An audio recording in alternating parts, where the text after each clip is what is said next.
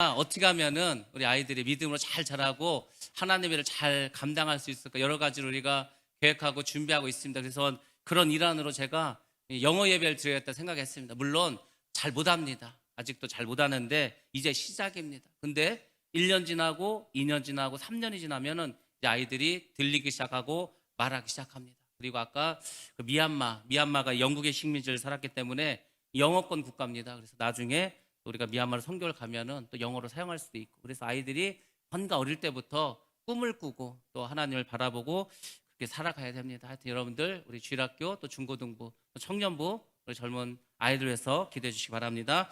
이제 하나님 말씀 같이 보도록 하겠습니다. 오늘 우리에게 주신 하나님 말씀은 사사기 2장 8절부터 10절까지의 말씀입니다. 우리 한 절씩 교도하도록 하겠습니다. 사사기 2장 8절로 10절 말씀입니다. 제가 먼저 8절 읽습니다. 여호와의 종 눈의 아들 여호수아가 110세에 죽음에 무리가 그의 기업의 경내 에브라임 산지 가하스산 북쪽 딥낫 헤레스에 장사하였고 그 세대의 사람도 다 조상들에게로 돌아갔고 그 후에 일어난 다른 세대는 여호와를 알지 못하며 여호와께서 이스라엘을 위하여 행하신 일도 알지 못하였더라. 아멘.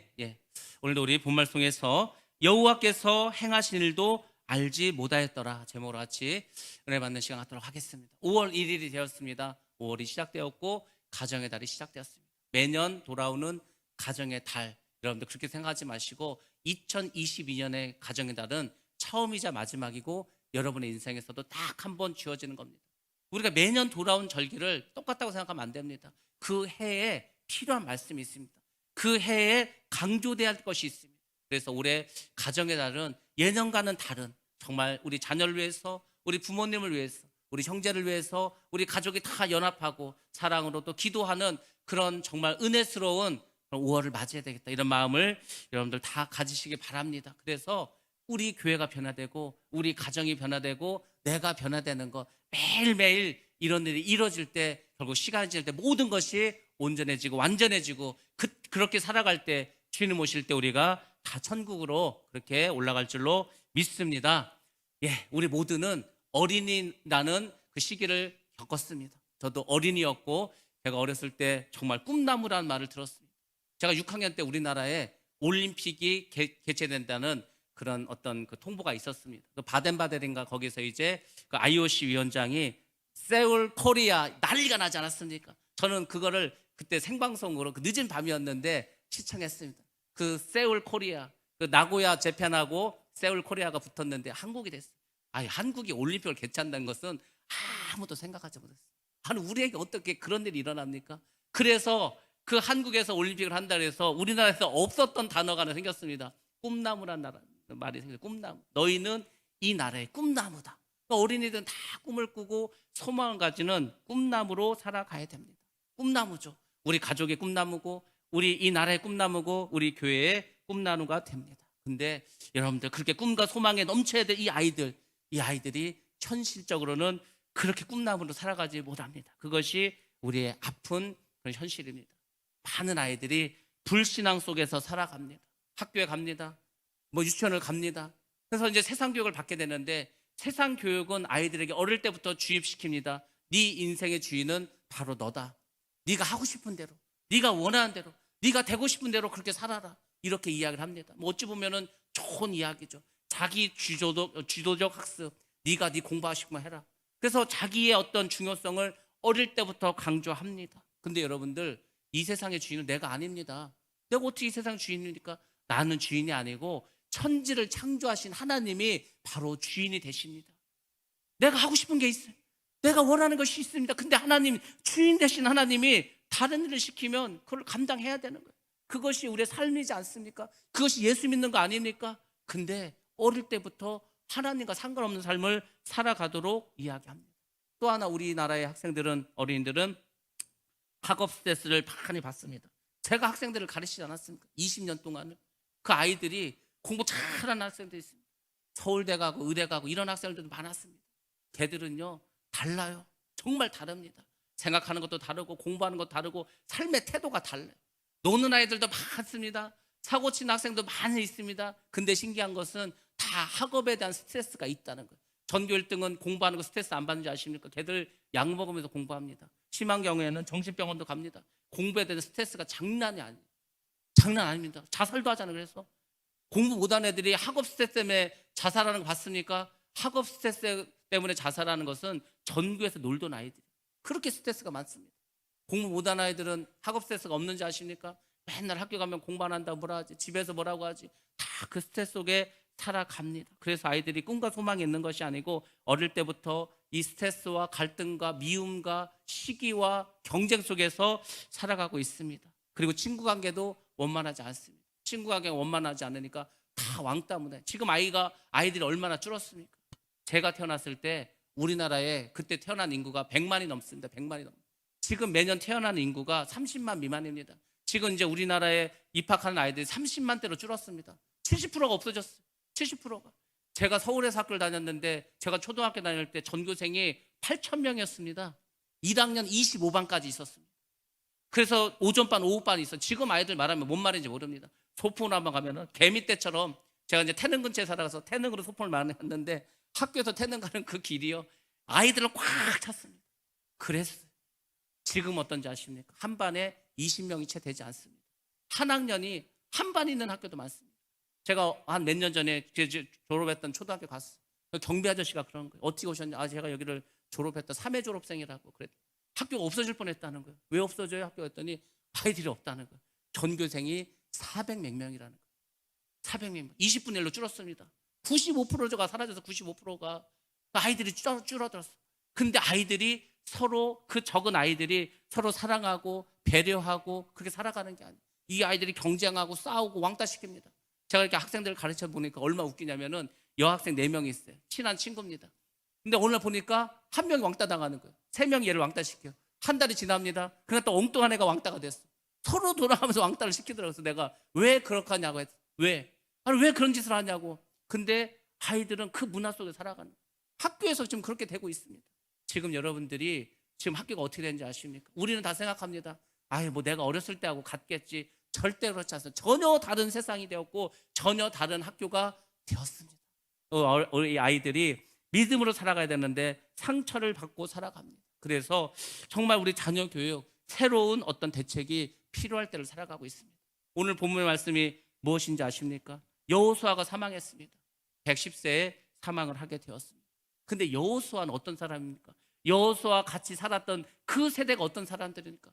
광야를 경험했던 사람입니다. 그 광야에서 살아계신 하나님을 체험했던 사람입니다. 출애굽을 한 사람입니다. 홍해를 건넜던 사람들입니다. 그들은 하나님의 은혜를 경험했습니다. 살아계신 하나님의 말씀을 들었습니다. 하나님을 만났던 사람들이었습니다. 근데 이 사람들이 다 자기 조상들에게 돌아갔습니다. 죽었다는 말 아닙니까? 그래서 이제 어떤 일이 벌어졌습니까? 문제가 생기기 시작했습니다. 하나님을 경험한 세대들이 다 죽고 없어지니까 그 다음 세대가 어떻게 됐습니까? 여호와를 알지 못했습니다. 하나님 누군지 모르는 거예요. 그 자기 조상들을, 자기 부모들을 출애굽시켜서 400년 노예 생활을 고통당한 그 조상들의 기도를 듣고 출애굽시켜서 그 홍해를 건너고 40년의 광야를 통해서 하나님께서 이 가나안 땅에 들어오게 했는데 그 자녀들은 하나님을 알지 못합니다. 그리고 여호와께서 이스라엘 위해서 행하신 일도 알지 못합니다. 사람은 경험이 없으면 모르는 거예요. 지금 왜 세대 차이가 느끼는지 아십니까? 할아버지 세대는 후진국에 살았어요. 못 살았습니다. 일제치하에 살았습니다. 전쟁을 겪었습니다. 이 지구상에서 가장 못 사는 나라 중에 들었던 그 나라에 사는 게 할아버지 세대. 아버지 세대는 그냥 좀 이제 개발도상국, 그냥 어느 정도 조금 이제 살만한, 한참 발전하는 그런 세대를 살았습니다. 자녀 세대는 태어나니까 선진국이에요. 지금 우리나라 선진국입니다. 우리나라 잘 삽니다. 그 어떤 나라들보다도 정말 잘 사는 게 우리나라예요. 먹는 거 풍성합니다. 먹을 거 없으니까 먹을 거 버립니다. 너무 많아서. 여러분들 못 먹어서 뭐 마른 사람 있습니까? 너무 잘 먹어서 문제지 않습니까? 너무 잘 먹어서 지금 병나는 거예요. 우리가 하나님 축복해 주셨습니다. 잘 산 나라가 되었습니다. 근데 나라는 잘 살게 되었는데 자녀들은 어떻게 됐습니까? 하나님은 모릅니다. 부모 세대는 힘들고 어려울 때 살았습니다. 그 새벽에 3시에 일어나고 4시에 일어나서 그 추운 겨울에 옷도 얇은 옷인데 날마다 새벽 예배 나가서 그 마룻바닥에서 난로가 제대로 있으면 뭐가 있으니까 그 추운 데에서 눈물을 흘리면서 기도했습니다. 그래서 가정을 살리고 나라를 살리고 교회를 살리고 부흥하고 성장하지 않았습니까? 자녀 세대는 가만히 보니까 뭐 다 있는 거예요. 다 있는 거예요. 근데 신기한 게 뭔지 아십니까? 있는데 불평불만이 많어. 모든 게 풍성한데 늘 부족하다고 결핍됐다고 말이 많습니다. 여러분들, 여호와를 떠나면 어떤 일이 벌어지는지 아십니까? 이 이스라엘 백성들이 하나님을 모르고 여호와께서 행하시는 일을 알지 못하니까 그 자녀 세대를 갔더니 여호와의 목전에 악을 행하기 시작했습니다. 바알을 섬기고 아스타를 섬기고 우상 숭배를 했습니다. 그러니까 하나님 볼 때 얼마나 기가 차겠습니까? 아니, 그 노예 생활하는 백성을 끄집어내갖고 그 말 안 듣고 속삭이는 그 이스라엘 백성들을 광야 40년 훈련시키고 가나안 땅에 들어가서 땅을 정복하게 하고 나라를 세우고 했더니만 하나님을 떠나는 거예요. 세상에 가나안 땅에 들어갔더니 광야에는 없었던 문화가 있습니다. 광야에 무슨 문화가 있습니까? 하나님이 만나주면 만나 먹고 하나님께서 그냥 이동하면 이동시키고 그 텐트 생활하는데 뭐가 있겠어? 가나안 땅에 갔더니 너무 화려한 거예요. 없는 게 없습니다. 먹을 것도 풍부하죠. 문화도 발달했죠. 여자들은 이쁘죠. 그러니까 다 하나님을 떠나서 세상의 가치관으로 세상에 시킨 대로 막 가는 겁니다. 결국 하나님께서 전쟁을 일으키시고 그들에게 재앙을 내리셨습니다. 여러분들, 이 역사가 이스라엘 역사인 줄 아십니까? 아닙니다. 모든 인류의 역사입니다. 우리의 역사입니다. 바로 우리의 이야기라는 겁니다. 우리나라가 지금 이렇게 가고 있다는 겁니다. 우리나라의 자녀들이 어떻습니까? 믿음이 없습니다. 믿음이 없으니까 어떻게 합니까? 세상의 가치관으로 살아갑니다. 세상 교육에 몰입합니다. 세상 문화에 빠져버립니다. 어릴 때부터 세상 문화에 빠지는 거예요. 어릴 때부터 하나님이 들어가는 게 아니고 예수가 들어가는 게 아니고 세상의 가치관이 들어오는 거예요. 이 세상은 돈 많이 벌면 돼. 성공하면 돼. 이 세상은 잘나면 돼. 그래서 친구를 짓밟습니다. 경쟁을 합니다. 그리고 이제 내가 조금 잘못된 일을 하더라도 부정을 저지르라도 나만 성공하면 돼. 이런 세상의 가치관으로 가는 거예요. 하나님 그거 원하지 않습니다. 하나님 그렇게 역사하지도 않습니다. 하나님과 동떨어진 삶을 산다는 겁니다. 두 번째, 하나님께서 이 나라에 내려주신 축복, 은혜를 모르는 세대가 되었습니다. 우리는 부흥회를 많이 경험했습니다. 기도원 문화가 뭔지 아십니까? 아는 세대입니다. 요즘 아이들 기도원 갑니까? 저는 중고등학교 때 수련회 하면은 겨울에도 하고 여름방학 때도 했습니다. 수련회 3박 4일 가면은 밤새 뭐 캠파이어도 하고 죄를 뭐 회개하고 눈물 흘리고 목이 타셔가지고 방언받고 은혜 받고 학교 가면은 그냥 목이 너 왜 쉬었냐고 왜 이렇게 애가 파김치가 됐냐고. 그래도요 은혜가 있었습니다. 중학생이 그랬다니까. 지금 그런 거 있습니까? 기도원 갑니까? 부흥회 합니까? 없어요. 변화되지 않습니다. 전혀 하나님을 모르고 은혜를 모릅니다. 우리는 예배 중심의 삶을 살았습니다. 학생부 예배는 토요일날 있었어요. 그때 토요일날 학교도 갔습니다. 토요일날 학교 가고 점심을 먹고 집에서 이제 좀 있다가 교회 갔습니다. 지금은 그렇습니까? 주일날도 안 나오는데 뭘 토요일날 나옵니까? 그러니까 자꾸 예배가 떠나가는 거예요. 자꾸 하나님께 멀리합니다. 그러면 어떻게 됐습니까? 세상의 쾌락에 빠지겠죠. 세상의 가치관으로 자꾸 나갈 수밖에 없습니다. 선진국이 되었죠. 근데 세상은 지금 어떤 건 타락한 세상이 되었습니다. 첨단 과학이 지금 뭐 모든 것을 이끌어가지 않습니까? 전부 다 진화론적인 사상에 빠져 있습니다. 우리는 진화론이 아닙니다. 창조론입니다. 하나님께서 온 우주를 창조하셨다. 하나님이 나도 창조하셨다. 이 자연 만물을 다 창조하셨다. 그 하나님의 창조 질서로 살아가면 하나님의 백성 되고 하나님의 축복을 받고 하나님의 일꾼이 되는데 전부 다 세상의 과학, 첨단 과학이 있는데 아직도 예수를 믿어. 아직도 하나님을 믿어. 우리나라 어떤 목사님 독일에 유학을 갔는데 그 독일 유학이 어떤 세계 최고 아닙니까? 히브리어, 헬라어, 라틴어를 배웁니다. 근데 거기서 교수님 와서 아직도 하나님이 살아계신다고 생각하는 손 들어보라는 거예요. 그때 딱 한 사람이 손 들었습니다. 누군지 아십니까? 한국에서 유학 간 학생. 그러니까 독일 학생들 보는 아유, 저 미개한 사람 아직도 하나님이 살아계신다고 믿어. 그냥 신학은 학문이 돼버렸습니다. 학문 연구하는 거예요. 그냥 공무원이 돼버립니다. 독일은 나라에서 목사님들 사례비를 월급을 줘요. 공무원입니다. 그런 세상이 변했어요. 그렇게 예수 믿는 거 아닙니다. 우리는 살아계신 하나님, 역사하시는 하나님, 나와 동행하시는 하나님, 날마다 우리에게 생명을 주시고 능력을 주시고 우리에게 풍성한 복을 주시는 그 하나님, 창조주 하나님, 그 하나님을 믿고 나갈 줄로 믿습니다. 그걸 잊어버렸다는 거예요. 결과적으로 어떻게 됩니까? 교회를 떠나갑니다. 세속화됩니다. 마지막 세대로 이 세상이 가고 있다는 겁니다. 우리 말씀 한번 보겠습니다. 디모데후서 3장 1절부터 4절 말씀입니다. 시작. 너는 이것을 알라. 말세에 고통하는 때가 이르러 사람들이 자기를 사랑하며 돈을 사랑하며 자랑하며 교만하며 비방하며 부모를 거역하며 감사하지 아니하며 거룩하지 아니하며 무정하며 원통함을 풀지 아니하며 모함하며 절제하지 못하며 사나우며 선한 것을 좋아하지 아니하며 배신하며 조급하며 자만하며 쾌락을 사랑하기를 하나님 사랑하는 것보다 더하며. 아멘. 이것을 알라는 겁니다. 뭐죠? 말세에 고통한 때가 있겠다는 겁니다. 그러면 말세에 어떤 세상인데 고통을 합니까? 사람들이 자기를 사랑하는 거예요. 자기만 사랑합니다. 돈만 사랑합니다. 자랑하고 교만합니다. 나중에 어떻게 됩니까? 자만하게 됩니다. 쾌락을 사랑합니다. 쾌락 얼마나 사랑하는가? 하나님을 사랑하는 것보다 더 세상의 쾌락을 사랑합니다. 지금이 그렇지 않습니까? 지금 왜 청년부들이 텅텅 빕니까? 중고등부가 왜 빕니까? 제가 아는 교회는요, 큰 교회인데 없어, 아이들이. 제가 그 교회 중등부 총무교사 할 때 중등부만 200명이었습니다. 수련회 가면은 고등부랑 연합회 가가지고 선생님까지 치면 400명이 갔습니다. 수련회 예산 세우려면 밥 먹고 뭐 하느라고 뭐 수련회 티 마치고 핸드북 만들고 행사 뭐 진행하고 준비하고 뭐 강사 초청하고 어마어마했습니다. 지금 그 교회 중등부 뭐 한 5, 60명, 고등부 한 2, 30명. 근데도 안 나와. 그래서 어떻게 하는지 아십니까? 선생님들이 요일을 정해. 야, 내가 수요일날 니네 교회 갈까? 니네 학교 갈게. 저녁 시간, 저녁 먹는 시간에 나와. 치킨 사주고 피자 사줍니다. 근데도 안 나와. 뭡니까? 우리는 토요 예배도 나가고 주일날 예배도 나가고 주일날 2부에는 학생부가 성가대도 섰는데 지금은 주일날 안 나와. 선생님들이 신방 갑니다. 주중에 먹을 거 사줘야 돼. 그게 믿음입니까? 그게 신앙입니까? 지금 이스라엘 백성하고 똑같은 거 아니에요? 부모 세대는 광야를 지났어. 부모 세대는 우리나라 산업화의 열군으로 그 전쟁 끝나고 그 폐허 속에서 어찌하든지 나라를 세우고 믿음으로 살고 가정을 세우기 위해서 그렇게 피땀 흘렸는데 자녀 세대는 그 은혜를 잃어버리고 말았다는 겁니다. 왜 세상이 이렇게 변했습니까? 왜 자녀들에게서 이런 일들이 벌어집니까? 바로 자녀들에게 믿음을 유산으로 남겨주지 않았기 때문입니다. 그 여호수아 세대가 자녀들에게 살아계신 하나님, 너희가 이렇게 지금 가나안 땅에 들어와서 편하게 사는 거 하나님의 은혜야. 하나님께서 우리 노예 생활할 때 우리들 그 400년 동안 그 고통 속에서 건져주셨어. 그 바로가 우리를 죽이기 위해서 얼마나 힘들어. 하나님께 홍해를 갈라주셨어. 먹을 물이 없을 때 반석에서 물이 나오게 하셨어. 쓴물을 단물로 바꿔주셨어. 뭐 그 독사에게 물렸을 때 구름을 만들었을 때 하나님 살려주셨어. 구름 기둥과 불 기둥으로 인도하셔서 우리가 사막에서 죽지 않고 살아났어. 옷이 닳지 않고 신발이 닳지 않았어. 그걸 가르치지 않은 거예요. 그리고 그 가나안의 문화와 그 풍성함에 빠져버리고 말았습니다. 우리가 자녀들에게 믿음을 유산을 주지 않으면 이렇게 됩니다.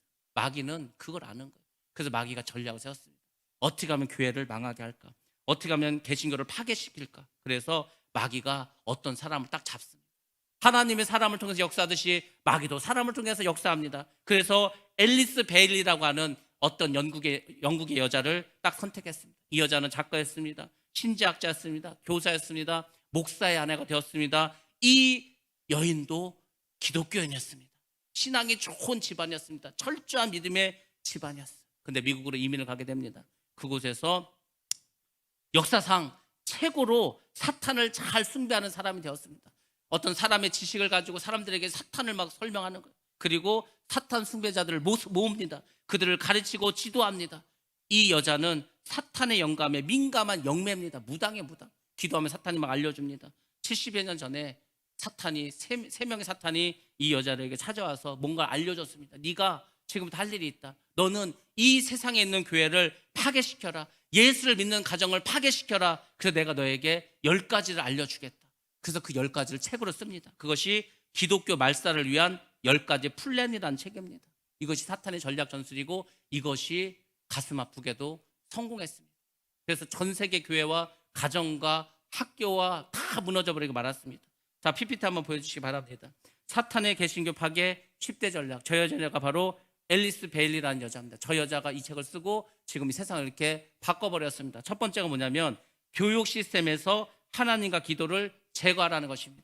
학교에서 진화를 가르칩니다. 미국 교회에서 어느 날 갑자기 기도가 사라졌습니다. 미국은 원래 처음에 공립학교 이런 학교들에서 뭐 주기도문을 외웠습니다. 십계명을 가르쳤습니다. 식사할 때 기도를 했습니다. 근데 어느 날 이게 싹 사라지는 거예요. 케네디라고 하는 아주 인기가 좋은 그런 대통령이 뽑혔습니다. 이 케네디는 아일랜드계입니다. 아일랜드는 성당, 그러니까 이제 카톨릭 믿는 그런 나라입니다. 그래서 어느 날 학교에서 주기도문을 외우지 못하게 합니다. 십계명도 바꿔버렸습니다. 그러니까 하나님과 관련된 건 다 빼버립니다. 그냥 효도하고 살아라. 뭐 이런 거, 뭐 어떤 인간적인 윤리만을 가르칩니다. 그러니까 미국 학교에서 이 교회, 기도, 이 말씀 이런 게 다 빠집니다. 말씀 교육이 빠져버렸습니다. 그래서 결국은 아이들이 어릴 때 하나님을 배워야 되는데 어릴 때부터 하나님 못 배우도록 했습니다. 학생 인권 조례라는 걸 만들었습니다. 각 뭐 시도에서 이걸 만듭니다. 뭐 충남도 있고 서울도 있고 다 있습니다. 학생 인권 조례가 왜 만들어졌냐면 이 선생님들이 권위자라는 거, 선생님들이 힘이 있다는 거, 그래서 학생들을 때리기도 하고 못 살게 하기도 하고 나쁜 일 많이 한다는 거, 학생들의 어떤 인권을 이제 존중하기 위해서 이 조례를 만들었습니다. 근데 이 조례가 얼마 웃기냐면 말은 조례인데 이게 법보다 더 셉니다. 요즘 아이들 어떤지 아십니까? 선생님들이 절대 못 때립니다. 때린다는 거는 상상도 못하면 옛날 얘기예요. 큰일 납니다.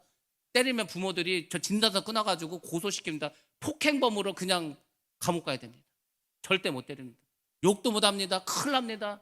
뭐라고도 못 합니다. 얘가 잠을 자던 수업 시간 잠자고 깨우면 막 화를 냅니다. 자는데 깨웠다고. 아니 학생들이 수업 시간 자서 선생님이 깨우면 화를 내는 거야. 막 자기 깨웠다고. 청소를 시킵니다. 청소당번이라. 그러면은 왜 나를 미워하냐고. 왜 나한테 이런 걸 시키냐고. 그렇게 대듭니다. 뭐 할 얘기가 없는 거야. 왜? 뭔 말만 하면 학생 인권 조례는 이겁니다. 네가 부당한 일을 당하면 신고하라는 거야. 다 부당한 일이라는 거. 뭐가 부당합니까?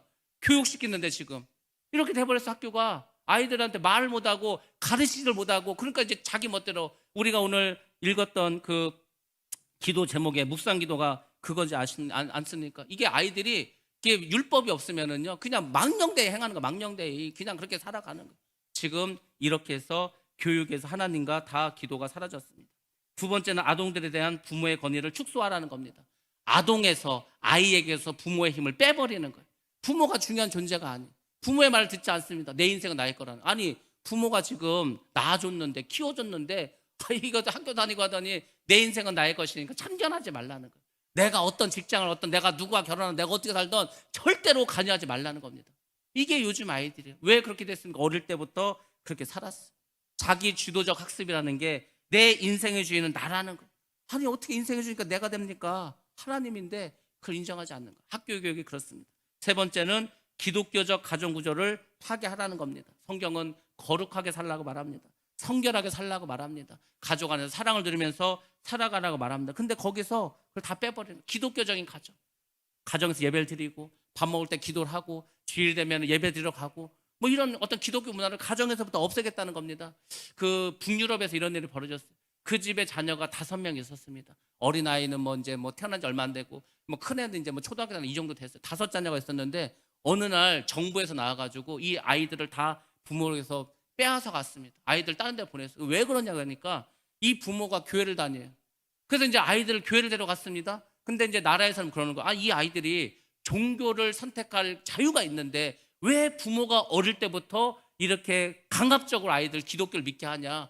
그래서 이게 나라에서 이 부모에게 못 맡기겠다는 거 아이들. 거의 그 나라가 우리가 잘 아는 그 북유럽의 선진국입니다. 기독교 국가입니다. 기독교 국가에서 이런 일이 벌어지는 거예요. 그래서 점점 기독교 가정을 말살시켜 버립니다.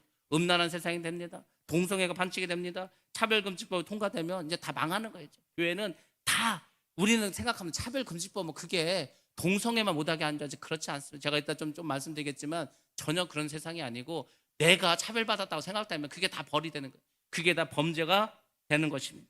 네 번째로 성적 자유 사회를 만들라. 그래서 이제 나온 게 뭡니까? 낙태법 아닙니까? 낙태법을 합법화라는 거. 우리나라는 원래 낙태가 불법입니다. 뭐 이제 어떻게 임신을 했는데 이게 뭐 어떤 성폭행에서 이루어지고 아니면 얘가 좀 장애가 있어서 그래서 이제 낙태 그 정도만 허용하는 거예요. 근데 지금은 이게 막 합법화하라는 거예요. 왜 이런 일이 벌어지지 아십니까? 10대 아이들이 애를 많이 낳는 거예요. 우리나라에 지금 10대 미혼모가 얼마나 늘었는지 아십니까? 그러니까 학교에서 뭘 가르치냐면 피임법을 알려주는 거예요. 지금 하도 많으니까 애들이. 근데 뭐 지금 중학교 다니고 고등학교 다니고 애를 낳아서 어떻게 키웁니까? 그러니까 이게 지금 사회 문제가 된 거야. 그러니까 그냥 낙태시키자고. 지금 우리나라가 아까도 말씀드렸지만 아니 100만 명이 1년에 태어났던 아이들이 태어났던 나라가 지금 20몇만 몇 년째 계속 20몇만. 지금 우리나라가 가장 인구가 막 급격하게 줍니다. 아이들이 안 태어나. 다 낙태시켜버려. 아니 지금 나라에선 정부에서는 어쩌든지 아이를 낳게 해가지고 지금 막 돈을 수십조 원을 쓰지 않습니까? 그러면 뭐예요? 다 낙태시켜버리는. 이게 지금 기독교적인 가치관이 아니에요. 기독교의 가치관은 자녀들 많이 낳으라는 겁니다. 하나님께서 너희들에게 주신 자녀들, 너희들에게 주신 이것을 풍성하게 땅을 정복하고 지배하고 그렇지 않습니까? 땅에 충만하라고. 근데 지금 다 마귀적인 세상에 빠져서 이런 일들이 벌어집니다. 우리나라 간통죄 폐지되었습니다. 간통죄라는 법 자체가 없어졌습니다. 점점 이런 세상이 되는 겁니다. 그리고 또 하나 희한한 게 나왔습니다. 5번째가 평생 결혼의 개념을 파괴하는 겁니다. 제가 어제도 주례를 섰습니다. 우리 옛날에 주례하면 늘 주례에서 한 얘기 뭡니까? 검은 머리 팥뿌리 되도록 그렇게 같이 죽을 때까지 회로하라고 하지 않습니까? 팥뿌리가 뭔지 저도 잘 몰랐는데 제가 파밭에 가서 알았습니다. 우리가 사 먹는 파는 뿌리가 짧습니다. 뭐 이제 그 다 팔려고 이제 다 잘라내니까 파밭에서 파를 뽑으니까 세상에 하얀 그 무심한 잔털 달린 그 뿌리가 엄청나게 나오더라고. 그때 깨달았습니다. 아, 이게 팥뿌리가 이렇게 흰머리가 되는 거구나. 이렇게 많구나. 그래서 우리는 그냥 100년 해라고 하라고 하지 않습니까? 지금은 그 말이 얼마나 웃긴 얘기가 되냐면 어느 날 갑자기 조론이라는 게 생겨요. 조론. 우리의 결혼 생활을 졸업하겠다는 거. 이혼을 하면은 복잡하니까 조론을 해서 우리 그 결혼 생활을 끝내자는 거. 그래서 이제 같이 살지 말고 각자 알아서 그냥 행복하게 살자는 거. 각자의 어떤 자유를 위해서 살자는 겁니다. 해혼이란 말도 있습니다. 결혼 생활을 해지시켜 버렸어. 그러니까 이제 우리가 원하는 사람하고 연애도 하고 즐겁게 살자는 거. 노후지만은 늙었지만은 아직도 남은 인생 있으니까 그동안 같이 사느라 고생했으니까 따로따로 살자는 거. 그런 세상이 됐습니다. 그게 언젠가부터 생겨가지고 점점 퍼져나가고 있습니다. 동성애도 엄청나게 많습니다. 여러분들 지금 우리나라가 이 동성 부부를 인정하지 않아서 그렇지 지금 뭐 남자가 남자끼리 여자가 여자끼리 사는 사람들 많습니다. 뭐 여기 없다가 없는 게 아니에요. 서울이나 이런 데 가보시면 많아요. 근데 걔들 지금 아직 법적으로 인정을 안 해주니까 그렇게 살고 있어. 그러니까 끊임없이 말하는 거예요. 합법해 달라고. 왜 이게 부부가 정식으로 법적으로 해야 어떤 법률적인 거 뭐 재산 문제 이런 게 다 되고 뭐 할 거 아닙니까? 지금 그렇게 지금 우리가 살아가고 있습니다. 이게 기독교적인 가치가 아닙니까? 그런데 그런 세상이 되고 말았습니다. 동성애를 대체 생활 방식으로 만들라. 그래서 가족의 범위를 확대해 달라는 계속해서 그게 결국 동성 부부로 가는 동성애를 인정하는 가는 길입니다. 가족의 범위를 확대해 달라는 겁니다. 그런 것들이 계속해서 나오고 있습니다. 예술의 품격을 떨어뜨리라는 겁니다. 예술이라는 게 뭡니까? 인간의 감성을 아름답게 변화시켜서 노래를 만들고 연극으로 하고 영화를 만들고 시를 쓰고 하는 거 아닙니까? 근데 이게 저질스럽게 변하는 거예요. 음란하게 변합니다. 아주 폭력적으로 변합니다. 이렇게 돼가고 있습니다. 다 마귀가 하는 짓입니다. 그래서 8번째가 미디어를 활용하라는 겁니다. 반기독교적 가치를 선전하라는 거예요. 지금 인터넷이나 이런 데 보시기 바랍니다. 무언 교회에서 일만 벌어지면 대단한 일이 벌어진 것처럼 코로나가 뭐 대표적이지 않습니까? 왜 예배 드리냐는 거예요. 지금 우리가 장사도 못하고 놀러도 못 가고 다 마스크 쓰고 이 고생을 하고 있는데 니들은 뭔데 모여서 예배 드리게 했냐고. 그래서 교회가 엄청나게 또 욕을 먹습니다. 그게 뭔지 아십니까? 반기독교적인 가치를 선전하는 겁니다. 뉴스를 통해서 여러 가지 통해서 저는요 공익 광고인데 아니 이 공익 광고에서 어찌 보면 반기독교적인 사상을 나타내는 것도 얼마나 많이 받는지 모릅니다.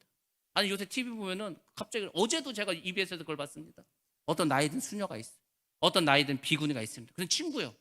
그래서 이제 하루는 비구니가 이 성당에 놀러 와가지고 같이 뭐 성당에 앉아서 얘기도 하고 또 하루는 이 수녀님이 그쪽에 그 암자에 가가지고 농사도 짓고 그러면서 그 얘기를 하는 거예요. 우리가 모시는 신은 다르지만은 우리가 같이 고행을 하고 수행을 하는 이 삶은 똑같다는 것이고 그래서 막 친하게 친구라고 지냅니다. 사람들이 그걸 보고 뭐라 생각하면 야 정말 보기 좋다. 정말 평화스럽게 산다. 근데 그거는 반기독교적인 것입니다. 그것이 바로 종교통합운동 바로 WCC라는 겁니다. 그것이 지금 알게 모르게 사람들을 이 언론을 통해서 영상을 통해서 드라마를 통해서 계속 번져나갑니다.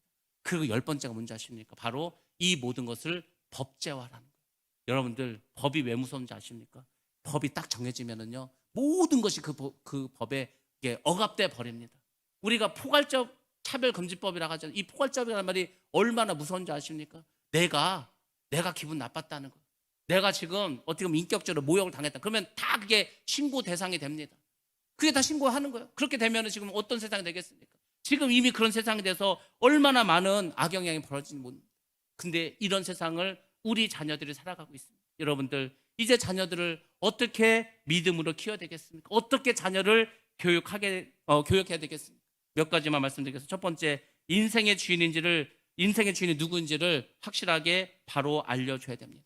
네 인생의 주인은 네가 아니야. 나도 아니야. 부모도 아니야. 너의 인생의 주인은 바로 하나님이야. 그래서 하나님께 어릴 때부터 하나님이 내 삶의 주인이고 이 세상의 주인이라는 것을 철저히 알려줘야 됩니다. 그래서 자라나는 아이들 얼마나 많이 먹습니까? 얼마나 이 아이들이 성장하기 위해서 많이 먹고 합니까? 그 아이들을 새해가 되면 금식을 시키는 거예요. 네가 너에게 이 일년을 주시고 너의 생명을 연장시키는 하나님이야. 그 하나님께 네가 드릴 게 뭐 있겠어? 그러니까 네가 그냥 이 새해를 맞이해서 1월 1일 맞이해서 3일만 금식해라. 죽겠다고 하겠죠. 죽는다고 할 겁니다. 막 배고파서 난리 필 겁니다. 근데 그게 훈련받으면 어떻게 되는지 아십니까? 그 아이를 요셉으로 만든다.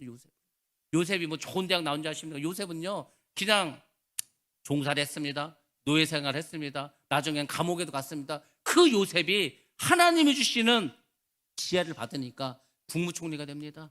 국무총리. 지금 이런 국무총리가 아니에요. 왕 다음, 그러니까 왕을 뺀 모든 사람에서 가장 높은 사람이 됩니다. 왜? 요셉의 지혜를 누구도 따라갈 수가 없습니다. 그런 아이들이 있어요. 정말 하나님 어릴 때부터 믿고 따르면 하나님께서 그런 지혜를 주십니다. 어릴 때부터 철저하게 헌금 생활을 훈련시켜야 됩니다. 돈이 뭔지 모를 때 훈련시키지 않으면 얘들이 돈 맛을 알게 되면 헌금하기 힘듭니다. 내가 이 아까운 돈을 어떻게 하나님께 드리지? 못 드립니다. 그래서 어릴 때부터 철저한 헌금 생활도 훈련시켜야 됩니다. 그리고 하나님을 부끄러워하는 사람이 되지 않도록 해야 됩니다. 많은 사람들이 세상에 나가서 자기가 교회 나가는 걸 숨깁니다. 말하지 않아요. 아이들도 내가 교회 다니는 걸 말하지 않아. 왜? 그럼 내가 교회 다니는 거 알면은 친구들이 뭐라고 해? 너는 왜 교회를 뭐하러 다니냐? 너 이상한 사람 아니냐? 왕따 당할 수도 있습니다. 두려워서 말하지 않는 거예요. 그리고 그 아이들과 세상의 가치관으로 빠져갑니다. 그러면 안 됩니다. 거룩이라는 것은 구별되는 겁니다. 세상의 친구들과 세상의 문화와 세상의 가치관에서 구별돼야 되는데 그걸 못하는 거예요. 그러니까 휩쓸러 가는 거죠. 그러니까 좀만 나이를 먹으면 교회를 다 떠나가게 됩니다. 그래서 이 세상의 주인이 누구인지, 내 인생의 주인이 누군지 가르쳐야 됩니다. 두 번째는 예배의 삶, 교회 중심의 삶이 되도록 가르쳐야 되는, 신앙 중심으로 살아가야 됩니다.